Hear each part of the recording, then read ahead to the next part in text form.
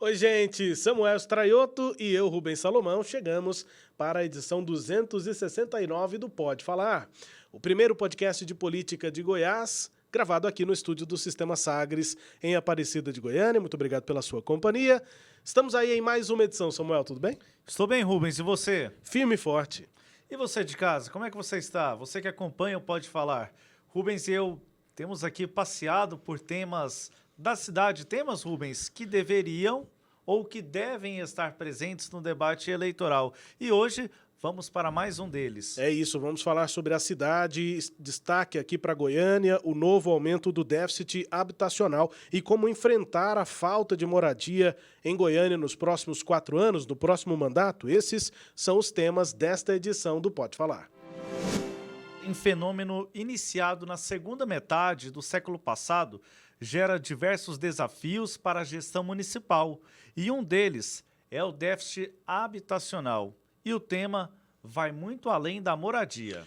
Pois é, dados da Pesquisa Nacional de Amostra de Domicílios, a PNAD, mostram que 84% da população brasileira vive em cidades e quase 6 milhões de famílias se encontram em situação de déficit de moradia. Em Goiânia, assim como em Goiás, estudos baseados no CadÚnico apontavam para a trajetória do problema uma melhora entre 2017 e 2020. Depois da pandemia, no entanto, o cenário mudou. A partir de 2021, houve um aumento desse déficit. O número de famílias cadastradas em programas sociais saltou de 205 mil em dezembro de 2018 para 440 mil agora, em janeiro de 2024, e são números aqui de Goiânia, do CadÚnico. E para analisar a situação habitacional aqui em Goiânia, a gente conversa hoje aqui no Pode Falar com a arquiteta e urbanista Lana Jubé. Oi, Lana, muito obrigado pelo contato com a gente aqui, tudo bem? É um prazer estar aqui com Samuel e com você para que a gente possa conversar sobre esse tema. Pois é, a Lana que também é conselheira nacional, né, do Conselho de Arquitetura e Urbanismo, o CAU-BR. Lana, primeiro assim, vamos por partes, assim, com conceitos, né? O que a gente pode entender para a vida das cidades, para a vida das pessoas que vivem em cidades, como a gente disse aqui, é a ampla maior parte da população brasileira. O que é política habitacional para cidades? Política habitacional envolve uma série de questões. A habitação, para que ela tenha qualidade, para que ela tenha respostas para a população, ela tem que ter toda a infraestrutura, ou seja, ela tem que ter a infraestrutura de mobilidade e acessibilidade. Isso envolve não só vias, mas as vias de forma completa, com calçadas, com arborização, envolve toda a questão da educação e da saúde. Então, a gente tem que ter unidades escolares, principalmente creches e unidades para crianças que ainda precisam de pessoas assessorando a sua mobilidade. Precisa de postos de saúde que sejam capazes de atender pequenas coisas ou que podem gerar outras doenças, mas que, se atendidas logo no começo, como febres e outras questões de dores, machucados e, principalmente, planos de vacinação, planos de melhoria de qualidade de aleitamento. Então, são uma série de elementos urbanos que precisam estar na contemplação da moradia. A moradia não é uma unidade única, mas ela é uma unidade que compõe o território onde ela será ocupada. E aí, esse programa tem que contemplar essa moradia que vem com todas as questões que permite o cidadão ter uma vida pública com dignidade. Lana, antes de avançarmos na questão da moradia em si, mas na extra-moradia, na habitação de uma forma mais ampla, como você colocou bem, Aqui em Goiânia, ao longo da história da cidade, nós vimos aí a construção de empreendimentos em locais afastados e muitas vezes esses locais não contavam com estrutura, com alguns equipamentos urbanos que você citou nesta primeira explicação. E aí essas populações ficavam marginalizadas. Quando a gente pensa a habitação nos conceitos atuais, de que forma que devemos pensar nessa integração, o equipamento urbano, a dignidade que a pessoa tem em relação a uma série de questões sociais, com o direito à moradia, à habitação na cidade? Olha, a primeira coisa que a gente tem que parar de pensar é em colocar a população em lugares que não têm infraestrutura e grandes bolsões. Isso não traz dignidade para ninguém e a cidade gera novos problemas, porque essa população que é colocada em locais distantes, ela vai tentar a migração dela para lugares mais próximos onde ela tem infraestrutura. E, novamente, nós vamos ter ocupações irregulares.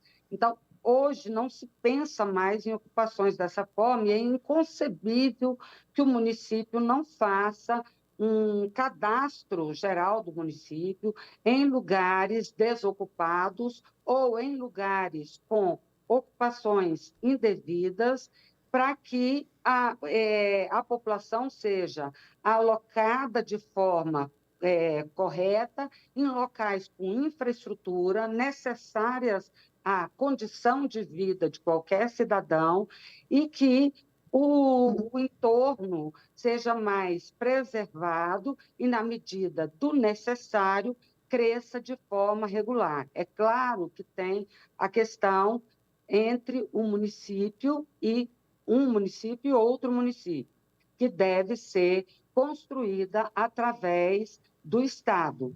Mas são coisas possíveis de ser enfrentadas na medida que esses lugares vão sendo detectados, não só lugares, tem também vários edifícios que são abandonados ou estão em estados precários, que podem ser reabilitados para que a população ocupe o território de forma ordenada e de forma justa para que eles tenham todos esses serviços que são necessários à vida humana. Lana, e ainda nessa parte aqui inicial, né, de contexto também, de conceitos, né, do nosso podcast, o que é o déficit habitacional, né, déficit de moradia? Porque quando a gente fala esse termo, quem não está não acompanha o assunto, pode imaginar que são pessoas que não têm onde morar. Não necessariamente, né? O déficit ele inclui, né, uma série de critérios, né, de problemas, inclusive, que as pessoas têm para morar de forma digna, né? O déficit, ele diz respeito a todas as questões urbanas que a gente começou a falar.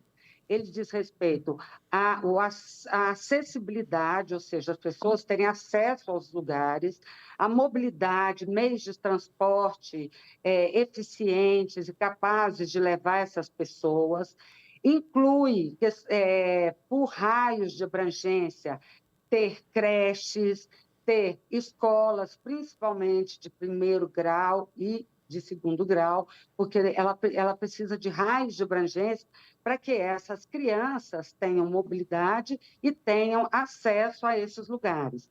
Precisamos também de unidades básicas de saúde para vacinação, para aleitamento, para conscientização, acesso a esses lugares facilitados que podem levar essas pessoas, caso necessário, para outras unidades que têm atendimento mais completo.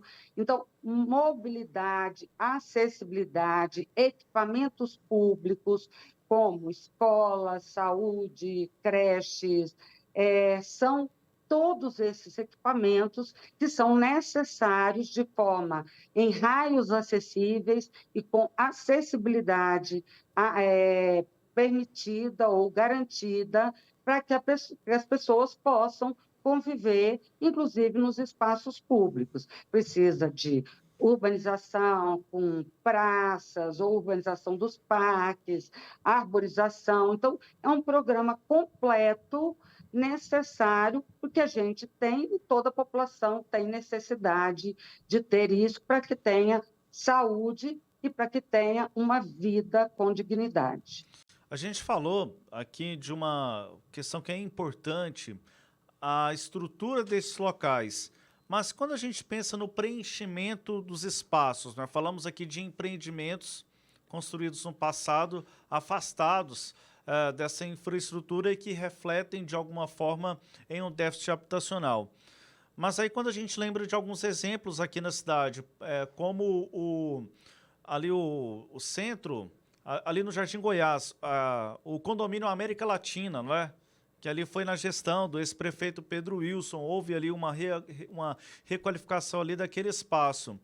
Quando a gente pensa também em vazios urbanos, a gente pode tratar o déficit habitacional dessa forma, como uma requalificação daquele espaço, a exemplo do que foi feito na América Latina, como citei aqui, quando a gente pensa no cumprimento desse déficit, a gente pode ir de encontro, como exemplo como esse, para suprir essas necessidades e, ao mesmo tempo, não expandir a cidade de uma forma desordenada? Sim, aliás, tem uma coisa que a gente não falou aqui e é super necessário, que é a questão do saneamento básico.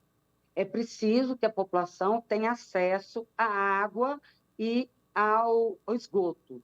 Então, bolsões não funcionam. E tem, sim, espaços até nesses lugares que ainda não estão urbanizados, em toda a cidade. Jardim Goiás, centro da cidade, setor sul, que a gente tem muitas áreas que podem ser reurbanizadas, requalificadas. Então, no Jaó. Então, nós temos muitas áreas ainda que têm saneamento e que podem ser reurbanizadas e requalificadas com edifícios, inclusive, até de 3 pavimentos. Então, é preciso que haja, na verdade, uma ação entre governo e uma política governamental e de parceria privada para que isso aconteça de forma bem estruturada e com projetos criativos e de boa qualidade. E tem muitos exemplos, inclusive nós tivemos bons exemplos aqui próximo, em Brasília, quando nós tivemos dentro do governo passado um projeto de urbanização com muitos projetos que foram objeto de concurso público quando o Gilson Paranhos, o arquiteto, ocupou a secretaria e conseguiu fazer e isso a exemplo de muita coisa que tem sido feita na América Latina.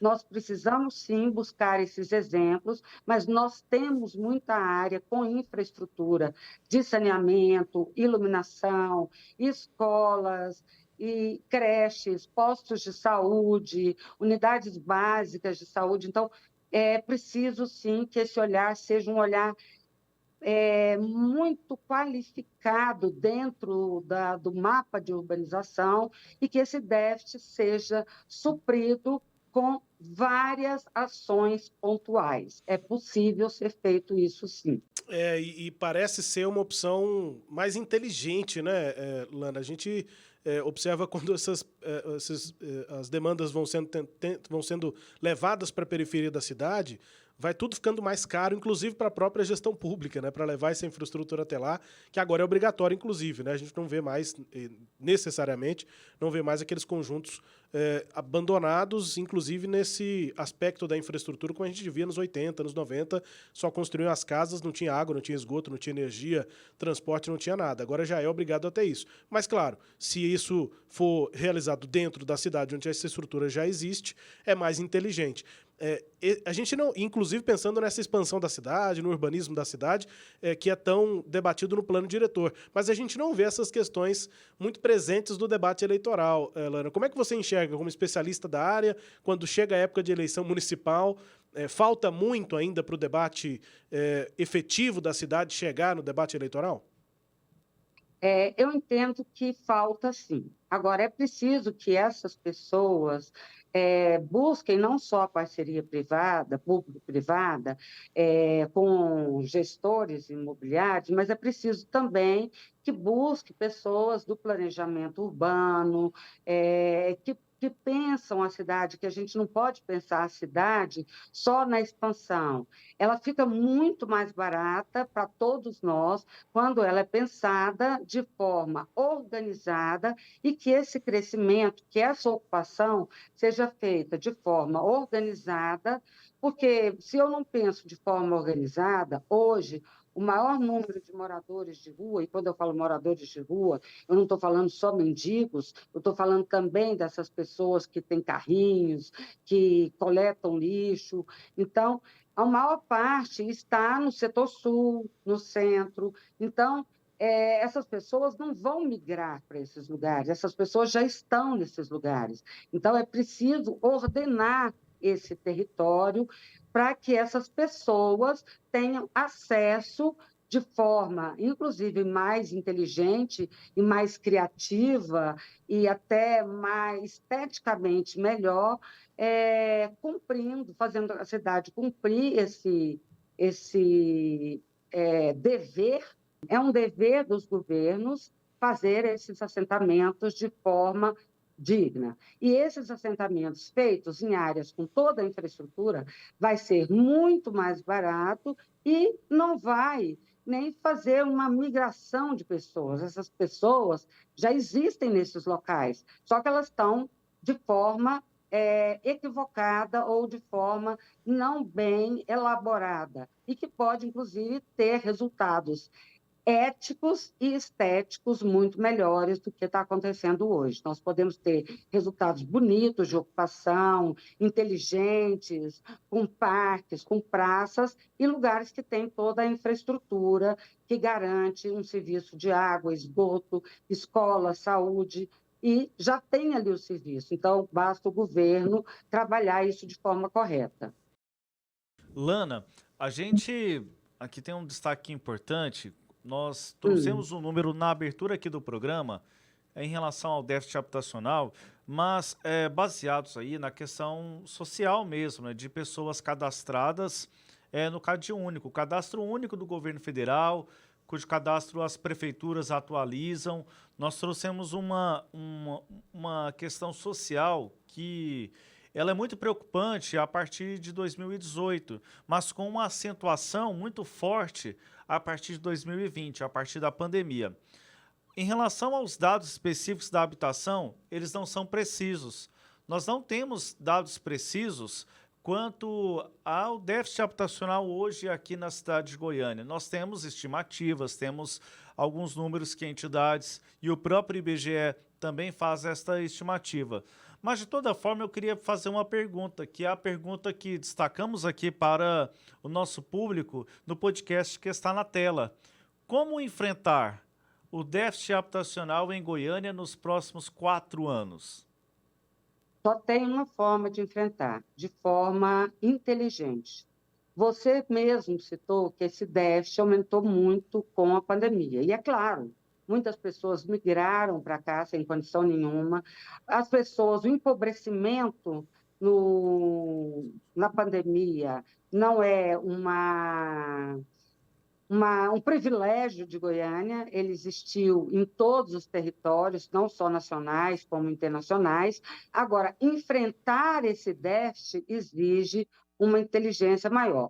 E, como a gente viu na pandemia, o que a gente mais precisava naquele momento era de lugares públicos com qualidade para que as pessoas pudessem sair com segurança em lugares mais arborizados, com mais equipamentos, com mais distanciamento. Então, esses parques urbanos, esses bulevares, eles existem nas cidades, eles existem nessa cidade urbanizada e que já tem infraestrutura. Então, a gente precisa fazer essa ocupação de forma organizada e, inclusive, quando se leva para o entorno da cidade, que leve para lugares que você tenha condição de levar a rede de água, a rede de esgoto, não só porque a rede de iluminação, pelo menos das principais vias, eles levam,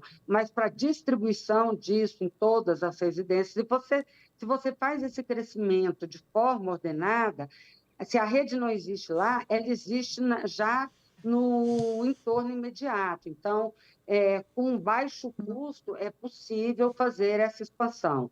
E trabalhar em conjunto. É preciso que o planejamento, que tem feito isso, trabalhar em conjunto com todas essas políticas, que algumas são do Estado, como a água e o esgoto, são empresas públicas estaduais, e a parte dos parques, da arborização, das grandes vias, dos lugares de encontro com mais segurança. Então, tudo isso tem que ser feito em lugares que já estão ocupados e que você já tem uma vida lá da população, como foi o caso do Jardim Goiás. Você não vai expulsar a população, você vai ocupar aquele território e fazer com que a população reocupe alguns lugares que ela pode ter dignidade e tem toda a infraestrutura, porque ela está ali naquele lugar sem nenhuma infraestrutura para ela estar naquela moradia, mas o entorno oferece para ela essa infraestrutura. Então, ela precisa disso e ela fica ali na subcondição. E é possível mapear isso e fazer ou as realocações, melhorando as próprias moradias que estão ali, não precisa pensar que precisa tirar todo mundo, mas precisa melhorar a moradia, o entorno, áreas públicas, ou realmente fazendo edifícios, verticalizando um pouco, para que você possa ter ela implantada naquele lugar e liberando solo para que você possa, neste solo, ter esses pontos de lazer, de encontros, da sociabilidade e de próprio comércio, troca, vendas. Então, uma série de coisas necessárias dentro do contexto urbano. E a própria prestação de serviço público, né? Unidades escolares, enfim, hospitais. A senhora disse no começo aqui da entrevista sobre a prevenção em saúde, né? Os centros de prevenção em saúde. Enfim, é isso. Lana, muitíssimo obrigado por conversar com a gente aqui, comigo, com o Samuel, com quem nos acompanha no Pode Falar aqui no nosso podcast, para dar mais uma resposta importante pensando nas eleições de 2024, mas a gente quer efetivamente pensar a cidade e como eleitores e candidatos e candidatas devem também, né, se debruçar sobre a cidade nessa eleição municipal. Obrigado, Lana, pela disponibilidade. Até uma próxima e bom trabalho. Deixa só eu dar uma fechadinha aqui. Sim. Os conselhos, tanto o Conselho de Arquitetura de Goiás, como o Conselho Federal, tem uma comissão muito importante, que é a Comissão de Políticas Urbanas e Ambientais. Então, é pensar a cidade nesse ambiente, dentro de uma política urbana mais séria. E vai ser elaborada agora, desde 2018 tem sido feito isso pelo Conselho, elaborada a carta para os prefeitos. E eu espero poder divulgar essa carta aqui no podcast, que é um momento muito importante, onde a Comissão de Política Urbana e Ambiental coloca de forma clara essa necessidade de trabalhar os planos urbanos, inclusive dentro do plano da ONU do Brasil para 2030, né? Que a gente já está pertinho aí. Nós estamos em 2024. Então, se a gente quer um país em 2030 com essa qualidade prescrita pela ONU, é preciso andar rápido.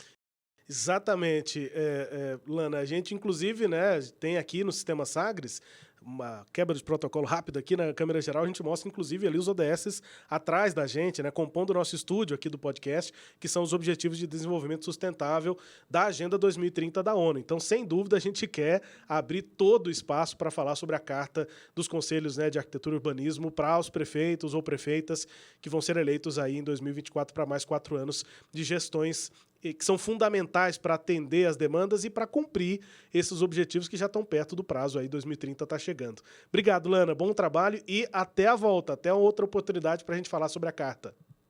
Até a volta. Muito obrigado pelo espaço. Eu fico extremamente agradecida. É preciso discutir a cidade.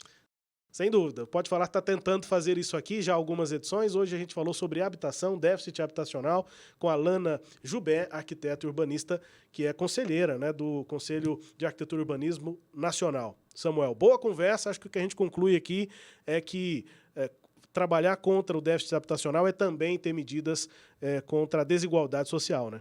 Não é apenas construir casas. Isso é importante, mas vai além disso.